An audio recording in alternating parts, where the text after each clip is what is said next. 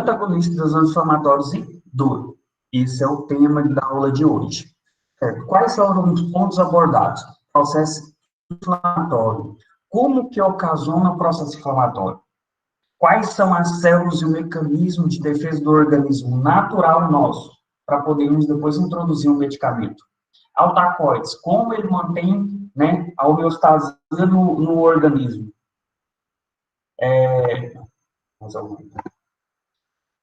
Qual é as classes dos anti-inflamatórios que a gente tem?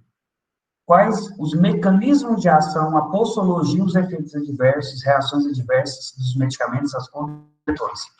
Tratamentos como tratamento para gota, dor e o tratamento na escada da dor pela OMS, que a gente utiliza, até hoje a gente utiliza muito pós-cirúrgico, o tratamento da escada de dor, né? A hora que termina o pós-cirúrgico, vocês vão fazer a administração, a gente tem, então, a introdução dos medicamentos que faz sinergismo para a escada de dor, que é muito importante. E vocês fazem a administração e tem que saber, certo? O organismo ele faz um reconhecimento geral, né? A gente tem as células de defesas principais que fazem o primeiro contato. Quem que é? A imunidade inata, né? Vocês viram, né, na imunologia, que a imunidade inata, ela representa até 12 horas as primeiras células de defesa. Ela tem o quê? As células dendríticas, que vão fazer a apresentação do antígeno. A gente tem os macrófagos, quando tem um rompimento da barreira, que ele vai e vai mostrar. Então, o componente, ele reconhece, então, né, a estrutura do hospedeiro, né, seja bactéria, seja vírus, seja fungo, seja um protozoário, ou é o índico, né, que a gente tem alterações de imunoglobulinas, de IgE, então a gente apresenta, né, certas células de defesas aumentada. Então, tem que se ter um reconhecimento, certo? E, nesse reconhecimento, né, a gente tem receptores. Uai, como assim? A célula tem que identificar certos receptores para poder fazer o quê? Fagócito. Então, a gente tem receptores de liposacarídeos bacterianos, né, que são chamadas endotoxinas, né, que tem das bactérias. Tem os receptores que reconhecem os resíduos de manoses, né, de terminais de glicoproteínas das bactérias. Então, importante reconhecimentos diversos. Então, os fagócitos vão responder com RNA de dupla hélice, né, que encontra-se em vírus, quando faz a encapsulação, ele vai fazer, então, uma introdução dentro da célula, né, do mamífero, e aí ele vai fazer, então, a metilação, né, e aí ele consegue, então, fazer o reconhecimento. Então, os receptores são importantes nesse fato. Então, as moléculas, né, elas têm um padrão molecular, que as células conseguem. Por isso que a gente cria imunidade, porque as células, elas têm receptores padrões, que ajudam, então, como reconhecimento. E isso é importante, por isso que a gente tem as vacinas. Qual a especificidade dos receptores da imunidade inata, né? Então, a gente tem a especificidade lá, os receptores de manose. Então, eu tenho a célula de defesa, eu tenho um macrófago aqui presente, eles vão ter o quê? Os receptores de manose, e ele vai se ligar, então, a micro-organismos diferentes. Eles vão estar aderindo, então, a micro-organismos diferentes. Então, é a forma dele reconhecer.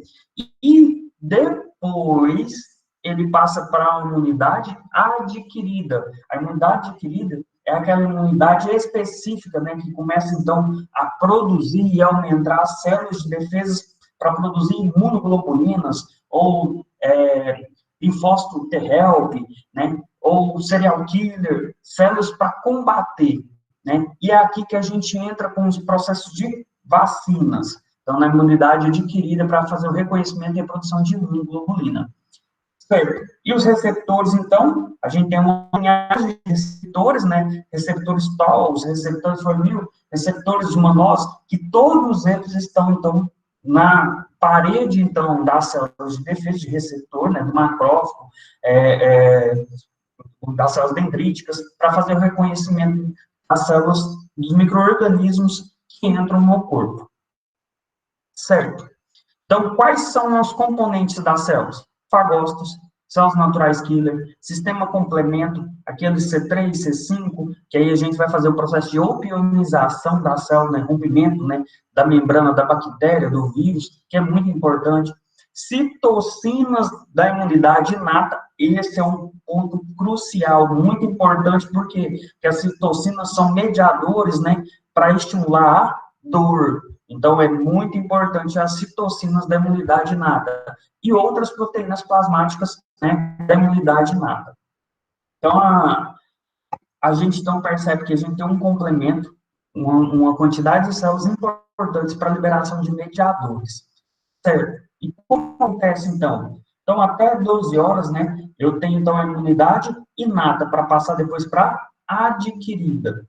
Quando entra um micro-organismo em uma barreira, qual a barreira? A pele. Quando a pele tem um corte, entra um micro-organismo para dentro, né, vai o quê? Ocasionar os fagócitos, vão fagocitar esse micro-organismo e vão também apresentar a outras células, ou o sistema complemento, ou natural killer, vão apresentar para quem? Para os linfócitos.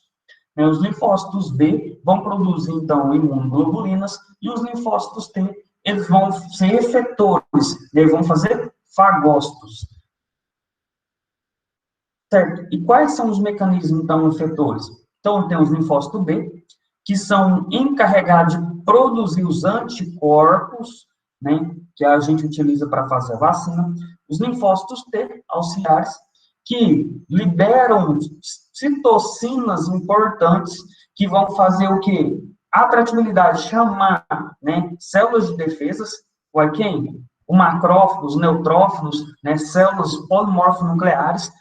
Então, essas citocinas chamam células de defesa, ativam os macrófagos, ativa também a proliferação de linfócito T, e assim faz um feedback importante. E eu tenho o linfócito T citotóxico, né, que ele vai fazer um processo de fagocitação e tentar romper a membrana, e a célula natural killer, que ela faz destruição da célula infectada. Ótimo. Mas, voltando lá, ó, então, o linfócito T auxiliar, né, muito importante, que faz a atratividade, chama citocinas, certo? Então, as citocinas são importantes para fazer diferenciação, né, e fazer o processo da inflamação. Então, as citocinas, a gente tem, então, interleucina 1, interleucina 2, várias interleucinas, né? Interleucina 12, interferon gama, né, faz diferenciação, e isso vai estar estimulando, vamos estar diretamente no processo de inflamação. E quais são as células auxiliares? Macrófagos. Ou interleucina 4, interleucina 33, né? Interleucina TN-alfa, todas elas estão carregadas no processo de alergia, sendo que a TH2 vai estimular também a produção de imunoglobulinas, né, liberação, e os eosinófilos vão aumentar, mas o IgE também vai aumentar. O TGA-alfa, né, interleucina 6, interleucina 23, né, estão na autoimunidade, estão na atratividade, principalmente pelas células de neutrófilos. Certo? Então, a gente pega várias interleucinas e várias células, né, que produtoras dessas interleucinas. Então, o macrófago, né, o neutrófilo, que estão presentes, eles produzem interleucinas importantes. Então, fator de necrose tumoral, produzido pelo macrófago, né, ele vai ter o principal objetivo no neutrófilo, né, principal atividade que de febre, de interleucina, né, produzida lá no hipotálamo, interleucina 6, que induz o quê? A febre, onde a gente vai utilizar, então, os analgésicos para estar tentando fazer mediação na inibição para essas interleucinas. Quimiotaxinas, pelos macrófagos, né, interleucina 12. Então, a gente tem uma gama de interleucina. Quais são as principais que a gente utiliza para o processo inflamatório? Interleucina 1, interleucina 6 e TN-alfa. Essas três são importantes para o processo inflamatório, porque elas têm um processo de indução de febre. Certo? E como vai acontecer, então, essa migração? A célula de defesa vai chegar lá. Observa que eu tenho o quê? Um leucócito. O que é um leucócito? Você pega o hemograma, a gente já falou, o hemograma está lá, eu tenho lá o quê? Mielograma, aí eu tenho mieloblasto, né? Aí eu tenho monócito, polimorfo nuclear, neutrófilo, segmentado, bastonete, todos, então, leucócitos em gerais. Esses leucócitos, eu vou fazer o quê? Eu vou fazer um rolamento. Para eu fazer isso, o fluxo tem que alterar para ele poder fazer um rolamento. Então, eu tenho que pegar esse leucócito, ele vai migrar, então, para a periferia, e aí ele vai fazer uma roletagem, utilizando receptores de integrinas e leptinas, né? E aí ele vai ter um espaçamento contendo um processo inflamatório, ele vai fazer uma diapedese e entrar para dentro do intertício. Entra para dentro do tecido aqui, ó, entre as células, para ele combater os micro-organismos e lutar, né? Então, ele vai eliminar esse micro-organismo. Mas, para eliminar esse micro-organismo, ele vai liberar o quê? Citocinas. TNA-alfa, interleucina 1, né? Então, os macrófagos estimulando, então, pelos micro-organismos, fazendo, então, a fagocitação e liberando citocinas, para chegar mais células de defesa, né? E estimular a alteração da temperatura local. Então, eu vou ter, então, um aumento do fluxo, né? Para chegar mais células de defesa no local. Eu tenho que fazer uma atração para vir combater, né? Eu tenho que chamar a artilharia através das quimiotaxias, né?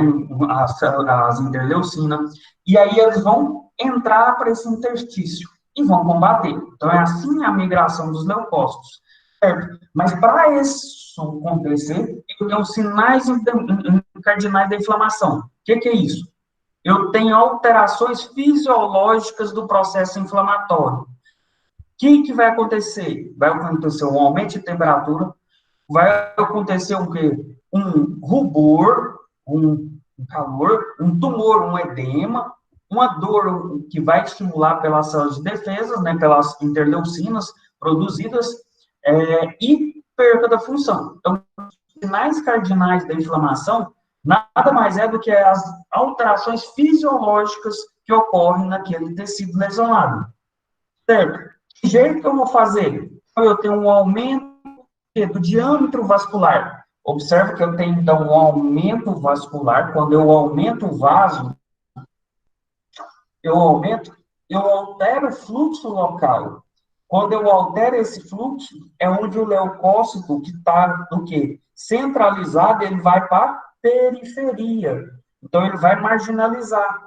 Para isso que é importante, então, eu fazer uma vasodilatação, então, do local aqui, ó, aumentar, então, o diâmetro vascular, né? Ativação do endotélio, o endotélio liberar óxido nítrico nesse local, prostaglandina faz vasodilatação, e aí ele vai aumentar o vaso. E aí o meu neutrófilo, o meu polimorfo nuclear, vai fazer o que? A migração para a periferia, fazer a roletagem e fazer a diapedese. Para isso é importante, então, o processo inflamatório. Aí eu faço, então, o aumento da permeabilidade vascular e a coagulação de quinina. Então, eu tenho que alterar o processo coagulatório naquele local.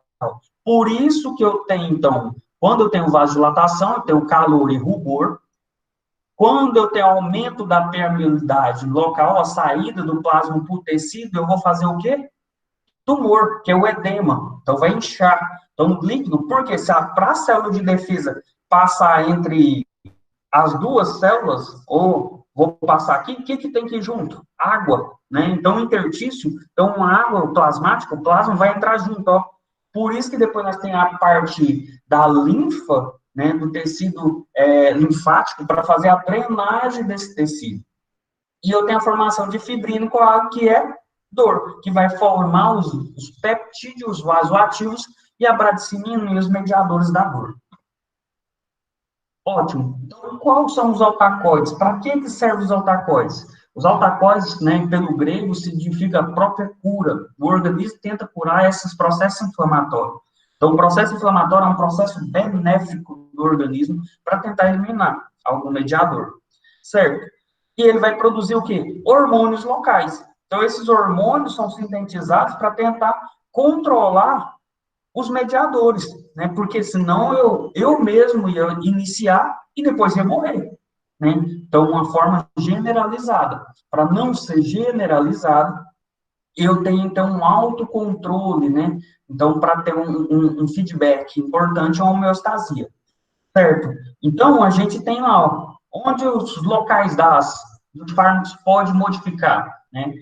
Através, então, dos membranas celulares. Então, Vou deixar depois esse slide, principalmente para o final, a gente volta depois aqui. É onde eles podem estar atuando, devido a cada mecanismo, certo? Os altacoides, a gente tem duas formas. Constitutiva, o que é a constitutiva? Aquela que o seu organismo está produzindo normalmente, tendo um controle ali normal, porque constantemente um micro-organismo você está ingerindo, né? Vai combater, opa, parou, você tem bactérias, né, na cavidade oral, né? Então o organismo está produzindo ali lisozimas, enzimas importantes para tentar combater. Isso vai fazer o quê? Prostaglandina vai fazer a regulação fisiológica. Então é a constitutiva, todo dia está fazendo. Qual que é aquela induzida? É aquela que foi induzida por algum processo externo, né? Possa ser um xenobiótico, possa ser um micro-organismo, qualquer composto externo pode provocar. Se você vai jogar bola, leva uma paulistinha jogando bola, ocasionando depois um processo inflamatório, né? Então, tem dor, mediação, porque você alterou, então, mudou a fisiologia local, alterou a estrutura morfológica daquelas células naquela pancada que você teve. Por isso gera um processo inflamatório. Então, é uma forma induzida, que induziu, então, o processo inflamatório. Isso é importante? É. Porque quando eu vou falar depois de COX nas prostaglandinas, vocês têm que saber COX, qual que ela é induzida ou constitutiva, certo? Então, quem são os altacoides?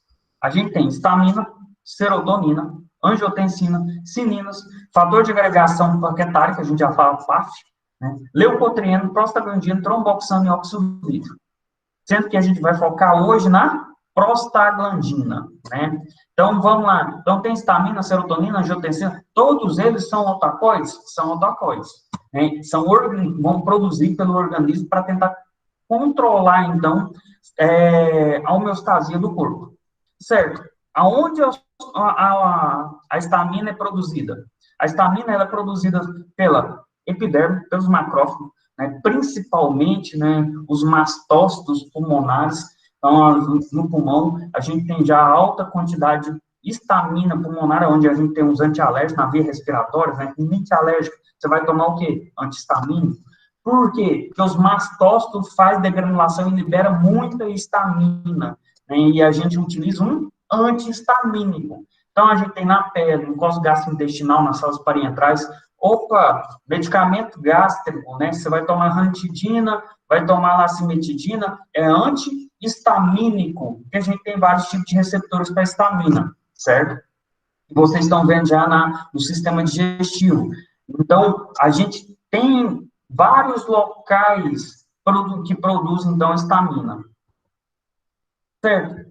A degranulação, o que a histamina vai fazer, né? Ela vai aumentar, então, a quantidade de os polimórficos nucleares vão vir, né? Vão ser aumentados, os basófilos vão fazer maior degranulação e diminuir as plaquetas. Então, eu tenho uma diminuição da coagulação naquele local porque o organismo tem que chegar e combater as células, certo?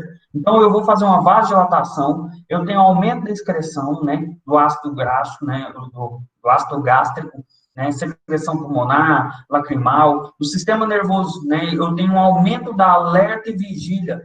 Então por isso que quando eu tomo um antihistamínico dá sono? Sim.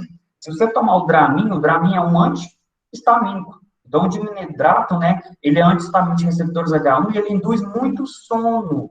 Por quê? Ele inibe lá, então, antagonista histamínico, histamina, então, está diretamente em núcleos, né, a gente vai falar mais à frente, né, responsável pelo núcleo de vigília e do sono, no sistema nervoso central, e ele vai diminuir, então, a parte cognitiva. Então, eu tenho a contração da musculatura não vascular, então, brônquios, trato gastrointestinal e útero. Então, a contração da musculatura lisa não vascular do brônquio também é pela histamina? Sim, por isso que a gente utiliza antihistamínicos, né, para paciente asmático, né? Então, a gente utiliza, então, histamina para paciente asmático. Por quê? Porque o antihistamínico evita, então, a contração, então, da musculatura lisa. Estão entendendo? Então, a gente sabe a fisiologia, a gente sabe o mecanismo de ação do medicamento para atuar. E quais são os receptores? Então, a gente tem H1, H2, H3. H3, principalmente os receptores neuromoduladores, que é onde o Dramin consegue atingir com maior quantidade, certo? E o H2 é a estomacal, que vocês já aprenderam, né? Então, a ranitidina, samotidina, famotidina, liga, né, em receptores H2, antagonista H2, faz o bloqueio e diminui a produção de ácido clorídrico. E H1? O que H1 faz?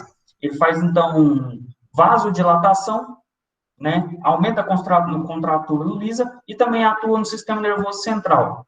Opa, então eu vejo que se eu utilizar um antistamínico, né, eu posso então reduzir a vasodilatação. Então vai melhorar, né, aquela congestão nasal que está tendo secreção lá, aumentando, eu vou melhorar. Então na rinite alérgica. Quais são então esses receptores, os antagonistas competitivos que a gente tem para a histamina, né? A gente tem então os antihistamínicos de primeira geração e segunda geração.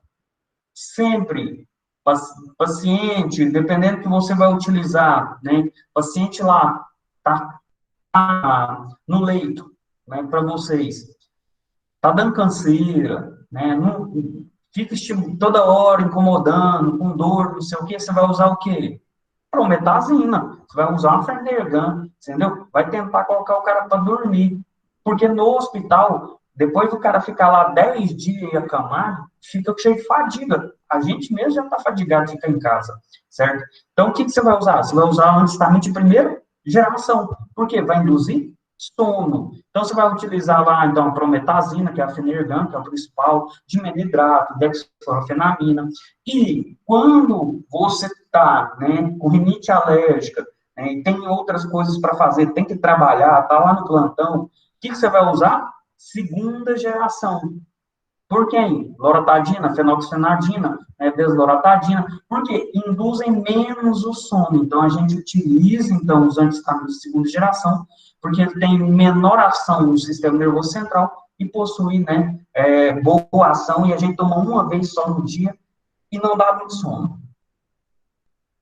Certo. Os antagonistas H2, eu já até falei, vocês já estudaram, então, cimetidina, ranitidina, né, famotidina, receptores H2 estomacais, certo? Citocina, ou serotonina.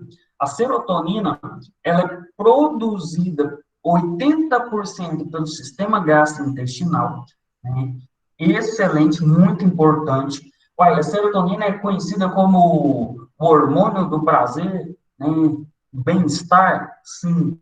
Então, ela é derivada, então, ela é sintetizada pelo aminoácido triptofano. Então, o triptofano, hidroxilase, ele vai converter 5-hidroxitriptofano e depois em serotonina, pela aminoácido descarboxilase. Você vai ver, então, que quando nos produtos tiver lá, assim, 5-HT, os que? Os 5-hidroxitriptofano. Então, já a forma, então, hidroxilada do triptofano, que vai induzir a formação de serotonina. Quais são as plantas, né? Quais são as frutas que têm maior quantidade? Então, banana, abacaxi, ameixa, kiwi, né? São plantas que têm, ou são frutas que têm grande quantidade de serotonina, que são bons para utilizar após 8 horas à noite, para ajudar no sono, porque a serotonina é um mediador que ajuda também no sono, certo? Então, não possui uso terapêutico, os seus antagonistas são amplamente utilizados.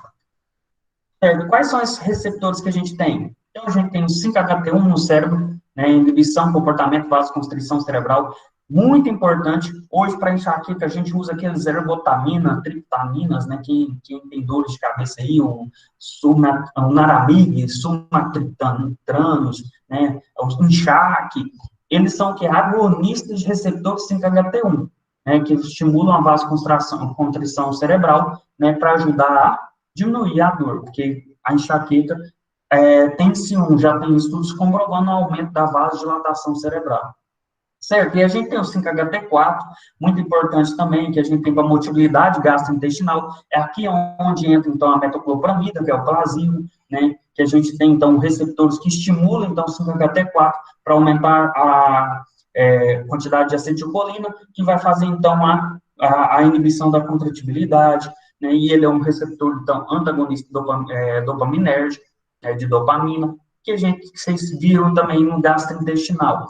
E o 5-HT3, que é o ondacetrona, né, para náusea, ansiedade, que é aquele que eu utilizo, então, para vômito. Ondacetrona, então, antagonista 5-HT3, medular, né, no tronco cerebral. Então, observa que a serotonina tem várias funcionalidades, além do sistema nervoso.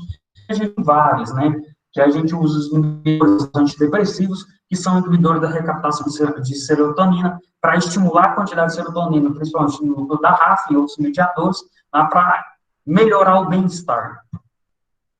Então, serotonina, neurotransmissor, propulsor de melatonina, que é indutor do sono pela glândula pineal. Então, por isso que a gente utiliza frutas que aumentam a quantidade de serotonina à noite para poder dormir, não tendo um estômago pesado, né, jantando, né, quando janta fica pesado, às vezes fica ruim para dormir.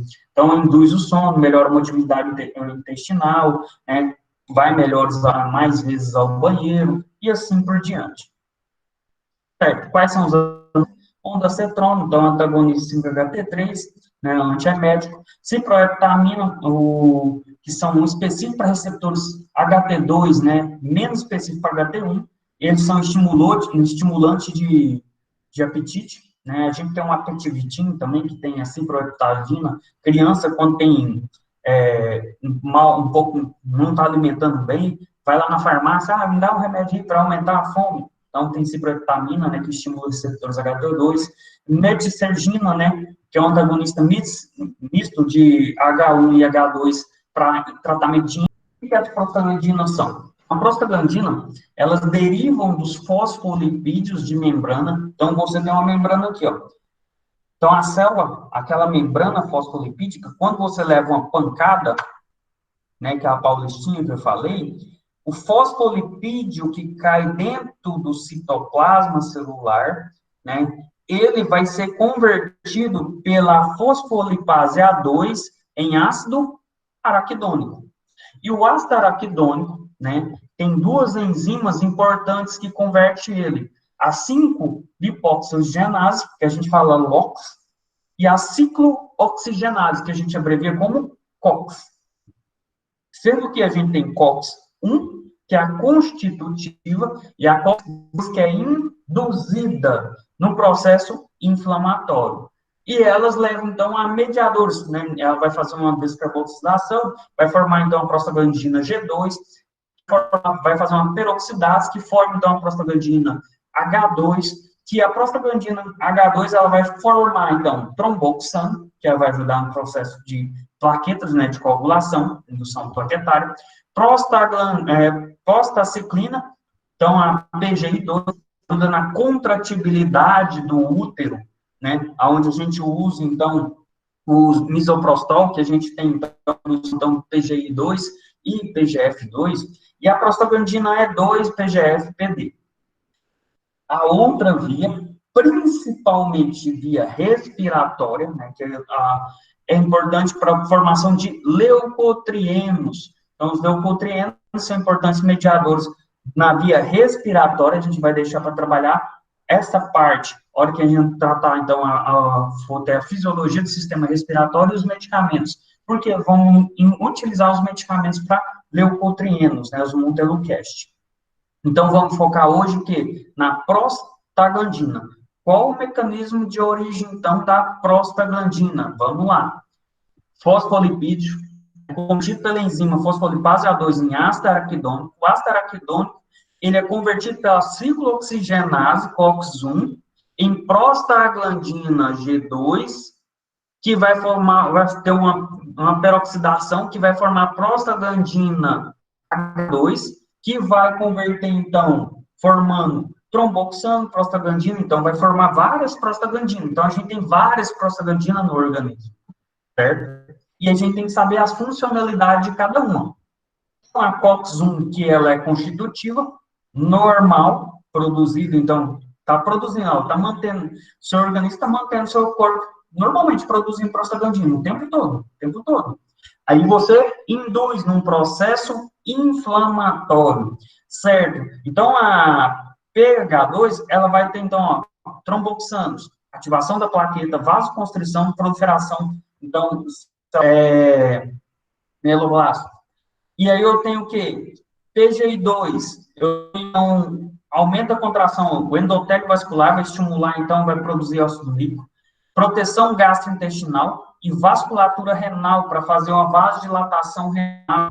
Então, eu tenho uma vasodilatação endotelial, junto estimulando, então, óxido nítrico, faz uma vasodilatação renal e estimula o quê? Proteção do muco gástrico. Opa, vamos repetir de novo. Então, a prostaglandina I2 estimula a produção do muco, mucina, lá na célula oxíntica, na célula de mucina do sistema gástrico, para o quê? Produzir muco, proteger contra o ácido. E eu estimulo também lá no rim a fazer uma vasodilatação e melhorar a filtração renal, né? E o endotélio também faz uma vasodilatação, então aumenta a permeabilidade. E o PGE2 e PGD2 faz broncodilatação e função renal. Função renal faz vasodilatação. Então, broncodilatação. Então, o próprio organismo, então, a prostaglandina faz broncodilatação. E a PGI2 lá, então, no endotélio, né, cisilhamento do tecido, e no processo faz a inflamação. A inflamação vai acontecer todo aquele processo fisiológico, os sinais cardinais da inflamação que eu já comentei.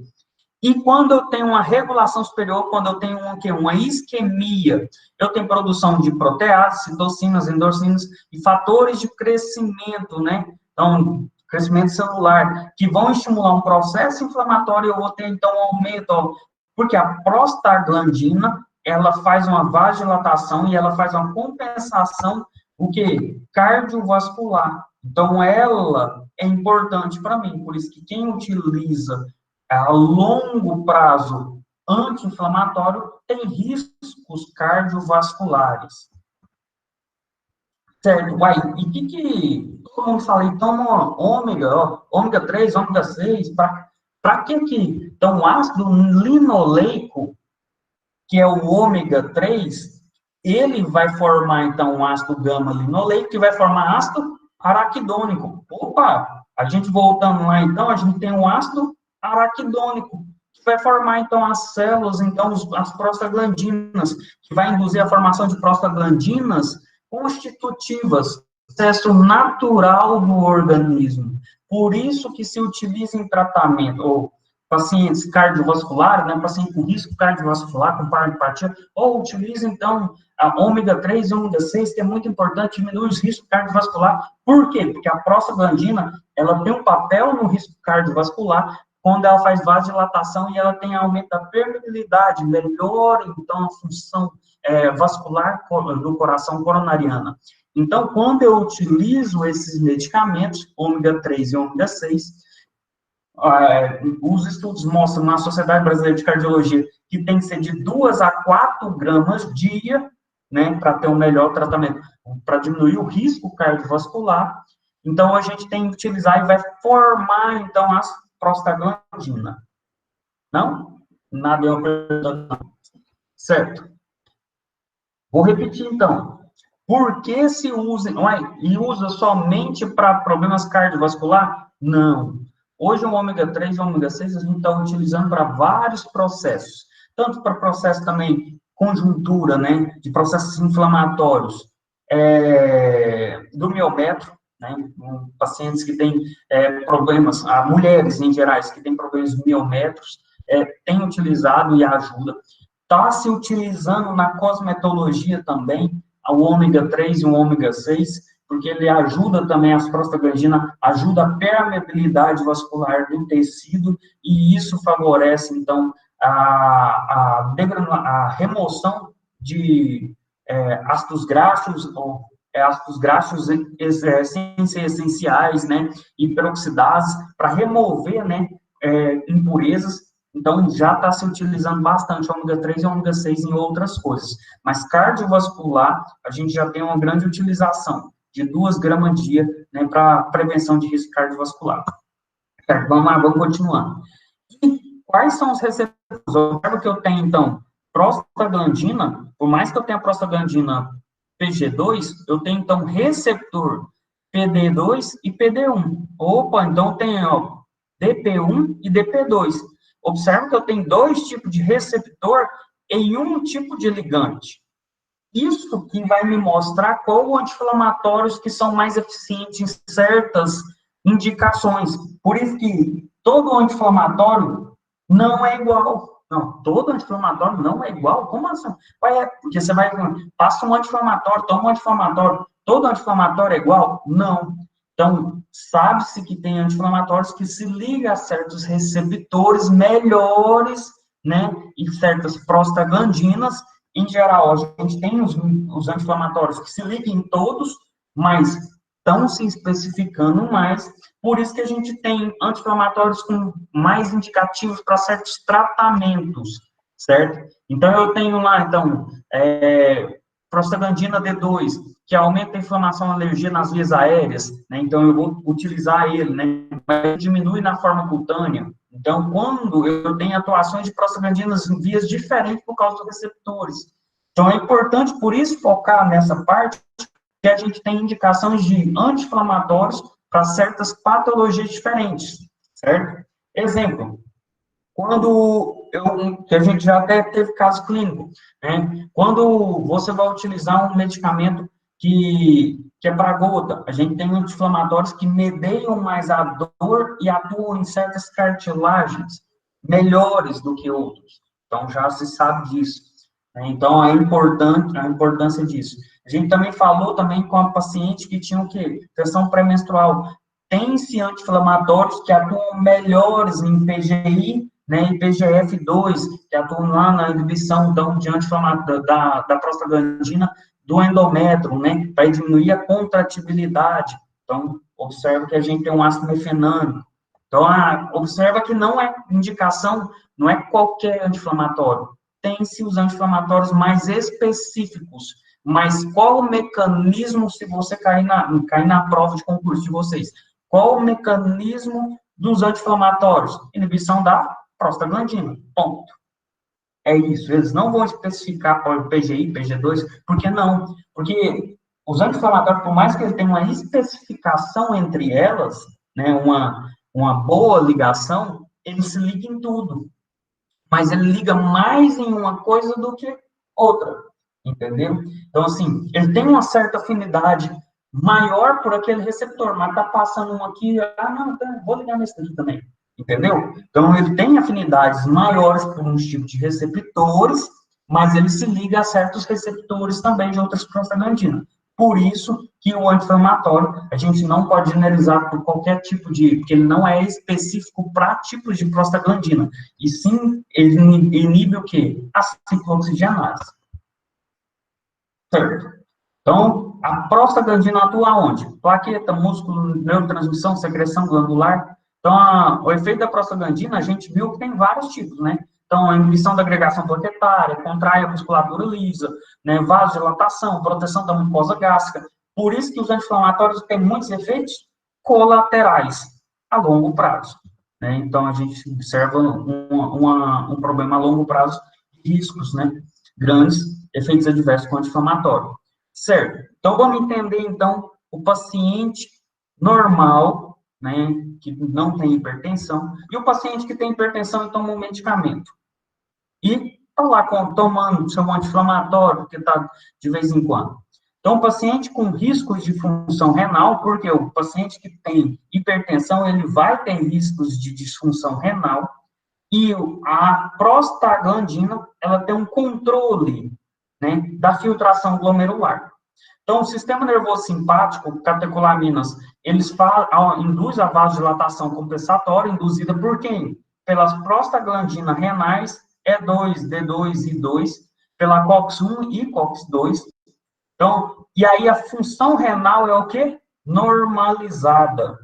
Ué, por quê? Porque eles também induzem uma vasoconstrição renal, principalmente as catecolaminas, que diminui a filtração renal. E aí, com as prostaglandinas, eles fazem um controle homeostásico.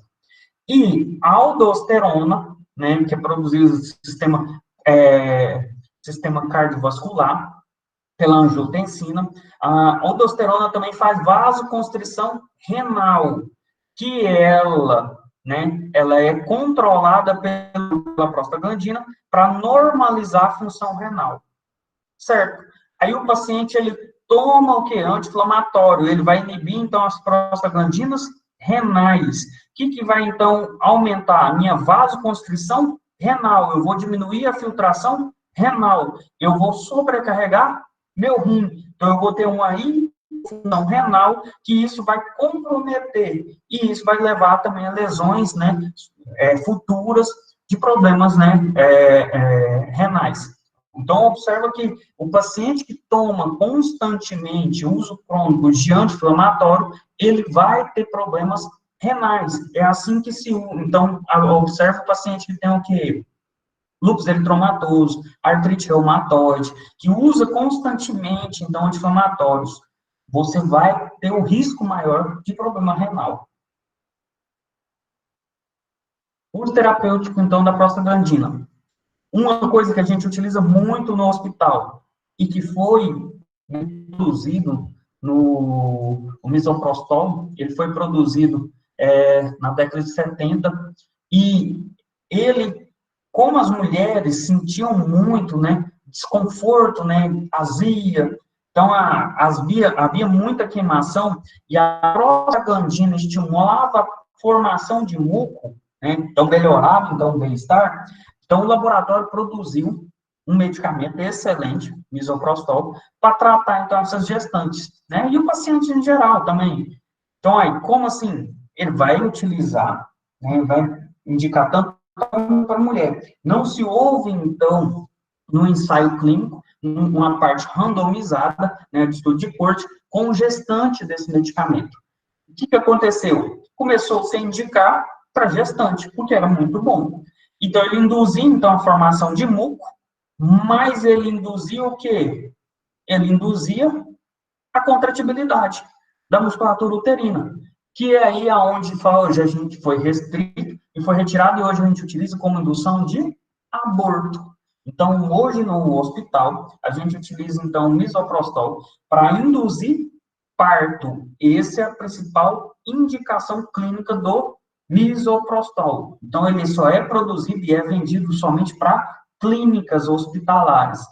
E a gente tem outros agonistas prostaglandina? Tem. Quem? O alprostatil.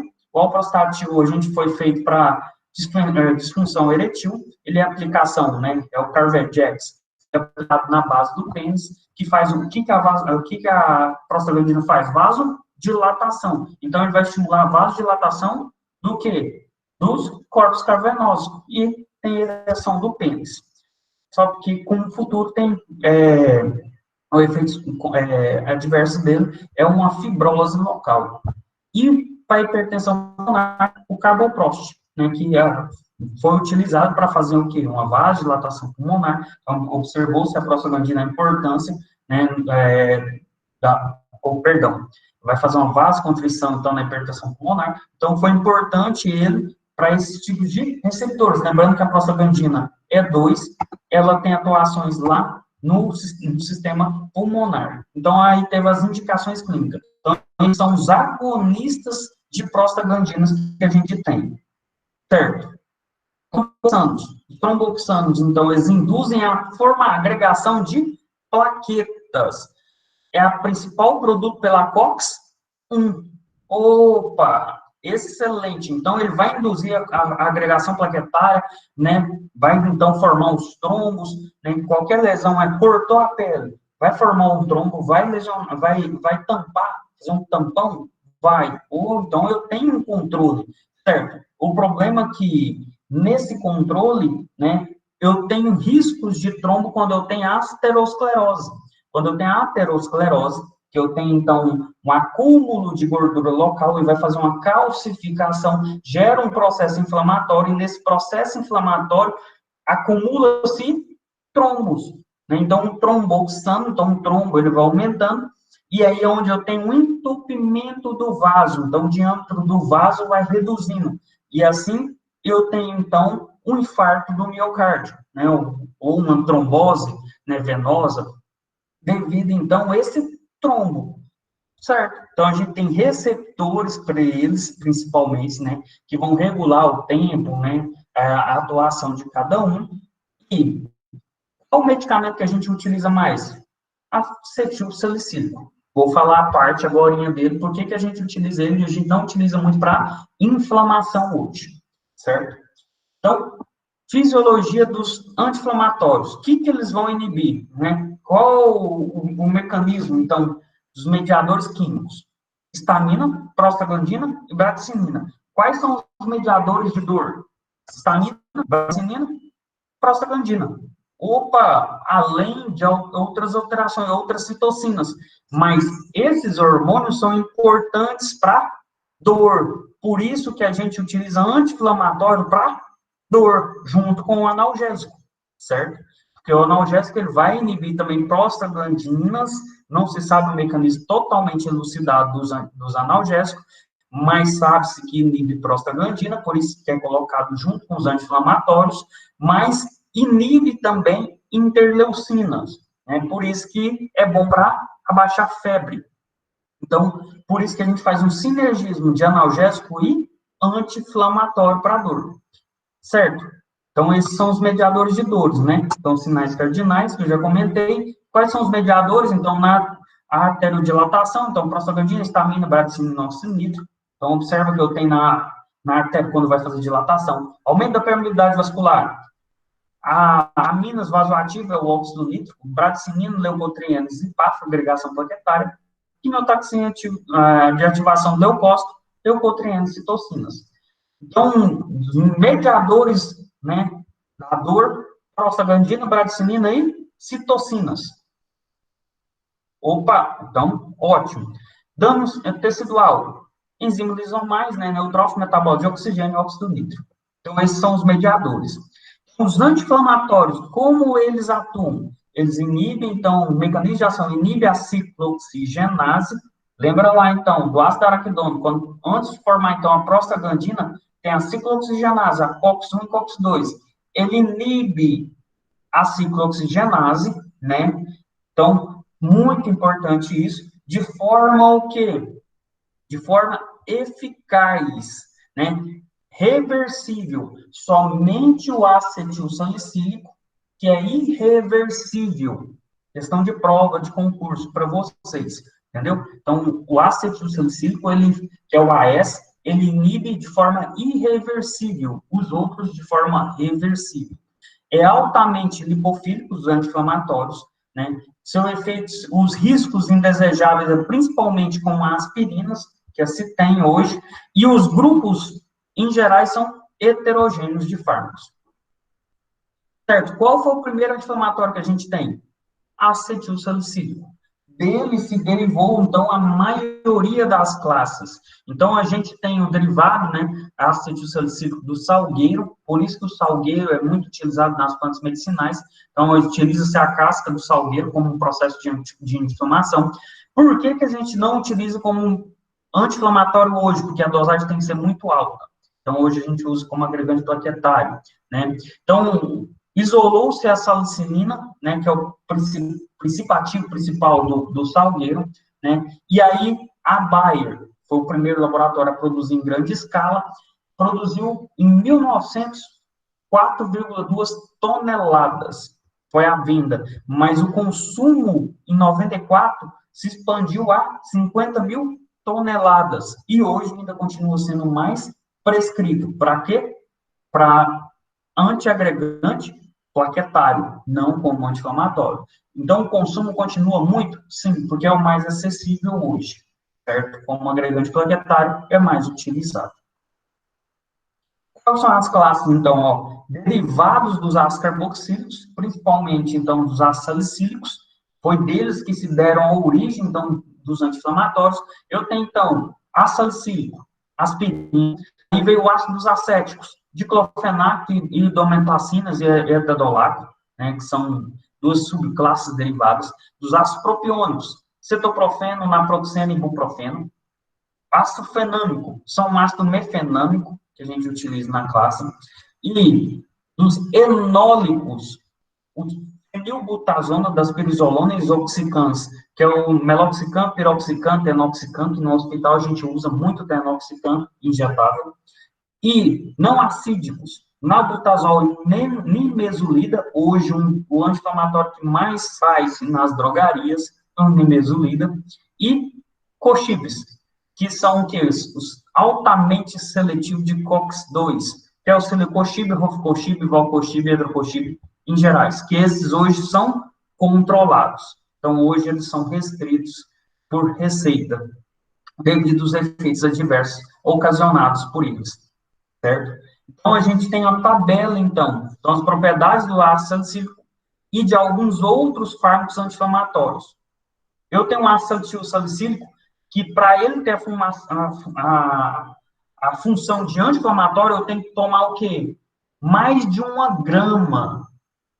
Hoje, você utiliza o ácido como antiagregante plaquetário com 100 miligramas, né? Até 300 miligramas, né? Somalgicard tem uma dosagem maior. Então, para ele ter uma atuação, a recomendação de anti-inflamatório de 1.200 a 1.500 miligramas 3 vezes ao dia. Então, observa que a dosagem é muito alta. Então, eu vou ter problemas gástricos muito rápido com esse paciente. Por isso que se tirou, então, e a gente não utiliza ele. Né? E aí vem os derivados, né? E a gente tem o celecoxib, então 100 miligramas, 200 miligramas 2 vezes ao dia. E é importante observar a meia-vida. A meia-vida está diretamente relacionada com a dosagem, com a posologia. Diclofenac, vai comprar, então, diclofenac de sódio, né? Ele tem uma meia-vida de 1h10, mais ou menos, 1h15. Ou, então, ele tem uma excreção urinária de forma inalterada em torno de menos 1%. Isso é bom? Bom, né? Então, eu tenho que saber, porque um paciente com problema renal, eu não posso passar um medicamento que tem pouca alteração, com excreção renal de forma inalterada.